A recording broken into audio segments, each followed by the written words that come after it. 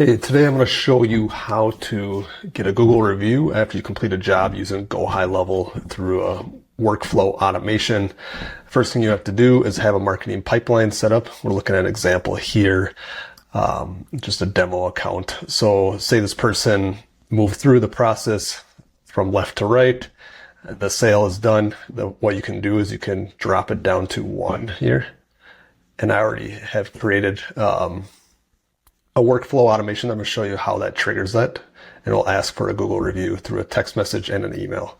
So the first thing it's going to do, here's a automation that we've created so that if it's moved to 1, it's going to trigger and fall into this, and then it waits 1 hour. After 1 hour, it'll send a text message by hi, contact's first name, then your business name. We'd love to share a quick review experience with us. It'll only take half a minute, and then it sends the link. From there, if they, that's just SMS part. And after that, you can do an email review request, and they'll send an email. It'll look something like this. You can put whatever message you want.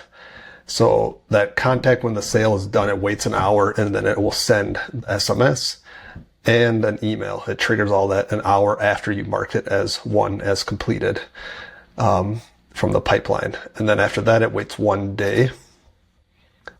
And then if the trigger link was clicked, what will happen, it'll send you an internal notification that you got a new review, that they clicked it. Make sure to reach out and thank them. It adds a new tag that they left a review. You can call it whatever you want. This one just says review request. Maybe better to say that they left a review, and then it removes them from the workflow. If they did not click the link to leave a review from either the text or the email, after 1 day, it then sends them a second text message asking for a review. Again, you can write whatever you want here in the message. It then waits an hour and then sends a third text message. And you can do, the wait time can be whatever you want. It could be 1 day, 2 days, 3 days, 10 hours.